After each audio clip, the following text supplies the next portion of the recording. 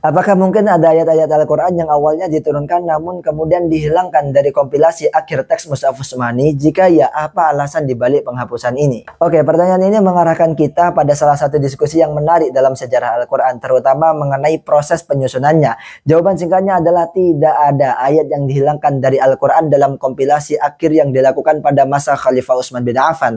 Namun beberapa orang mengajukan pertanyaan ini karena ada narasi tertentu dalam sejarah Islam yang membahas ayat-ayat yang dikenal dengan istilah nasakh atau penghapusan dan mansukh atau yang dihapus. Oke, saya akan bahas lebih dalam. Dalam Islam, nasakh adalah konsep di mana ayat-ayat tertentu mungkin dibatalkan atau diganti oleh ayat-ayat yang turun kemudian, yang memberikan hukum atau pesan yang lebih sesuai dengan konteks waktu itu. Nah, ini terjadi selama hidup Nabi Muhammad SAW ketika wahyu turun secara bertahap selama 23 tahun. Ayat-ayat yang dihapus ini tidak dianggap hilang, tetapi fungsinya sebagai hukum telah digantikan oleh ayat baru. Jadi, bukan berarti ada ayat yang secara fisik dihilangkan dari mushaf, tetapi ada ayat-ayat yang pesannya diganti oleh wahyu lain. Nah, kemudian setelah wafatnya Nabi Muhammad SAW, Al-Quran tetap diingat dan dihafal oleh para sahabat. Namun dengan banyaknya penghafal Al-Quran yang meninggal dalam pertempuran, Khalifah Utsman bin Affan memutuskan untuk mengumpulkan seluruh ayat-ayat Al-Quran dalam satu mushaf. Nah, teks yang disusun ini berdasarkan hafalan para sahabat dan catatan tertulis yang tersedia saat itu,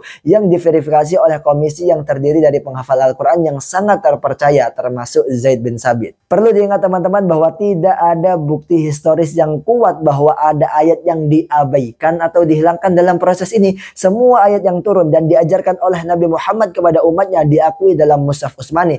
Tujuan utama dari kodifikasi ini adalah untuk menjaga kesatuan dan keaslian Al-Quran agar tidak ada perbedaan versi di berbagai wilayah Muslim. Selanjutnya, mungkin beberapa orang keliru memahami bahwa ada ayat yang hilang dari Al-Quran karena adanya hadis yang menyebutkan bahwa ada wahyu yang tidak lagi dibaca. Nah, hadis ini sering merujuk pada ayat-ayat yang secara hukum sudah tidak berlaku atau digantikan.